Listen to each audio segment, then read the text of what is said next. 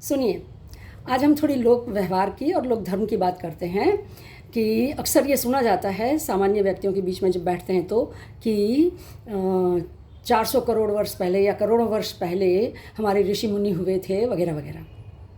थोड़ा सा दिमाग तो लगाइए, उस वक्त बंदर जैसे जीव भी नहीं थे।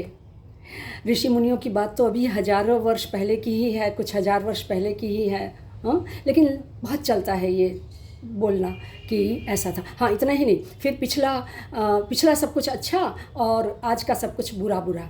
हाँ, नहीं, ऐसा नहीं है। आज का समझने के लिए वो माइंड की अपडेटिंग चाहिए ना, लेकिन वो नहीं समझना है हमें। हम तो वहीं पर पिछले में ही अटके हुए हैं, चेतना वहीं अटकी हुई है। हाँ, तो ये रहता है। फिर मान्यताएं हैं, धारणाएं हैं, और फिर जो कुछ भी हम धारण करके बैठे हैं दिमाग में, वही सब कुछ चलता रहता है, उसी में ही उलझे रहते हैं। नया कुछ सीखने की कोशिश करते नहीं हैं, इसलिए ये तकलीफ़ नेक्स्ट जनरेशन को अधिकांश झेलनी पड़ती है। फिर ये कहते हैं कि एक ये भी बात सुनी जाती है कि पहले के ज़माने में लोग बहुत सालों तक जीते थे, 100-150 साल तक सब लोग जी लिया करते थे।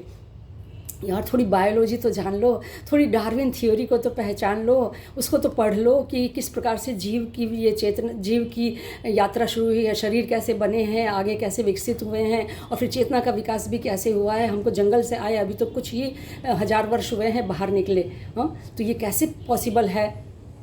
तो सोचना पड़ता है, मेहनत करनी पड़ती है, लेकिन हमें नहीं। हमें तो जो डीएनए में डाल दिया गया है इतने वर्षों से हमारे दिमाग में, बस उसी के अनुसार चलते हैं। मीन्स इसका मतलब ये हुआ कि हम विज्ञान और तथ्य के बारे में जानना ही नहीं चाहते। तथ्यों से हमने अपनी दूरी बना ली है। तथ्य से दूरी बन गई, और साइंस से दूरी बन गई। इवोल्यूशन के बारे में नहीं जानना, इतिहास के बारे में नहीं जानना, बायोलॉजी बेसिक नहीं जाननी, ओशो रजनीश को नहीं जानना, जिद्दू कृष्ण मूर्ति को नहीं जानना, रमण महर्षि को नहीं जानना।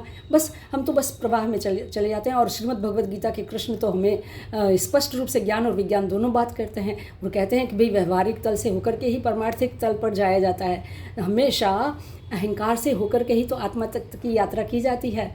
और हम हैं कि बस ऐसे ही जिए जा रहे हैं, पता नहीं किस प्रकार के धर्म में। जबकि वेद और वेदांत तो स्पष्ट ये कहते हैं कि हमारी यात्रा निराकार आकार से ही निराकार होकर के जाती है।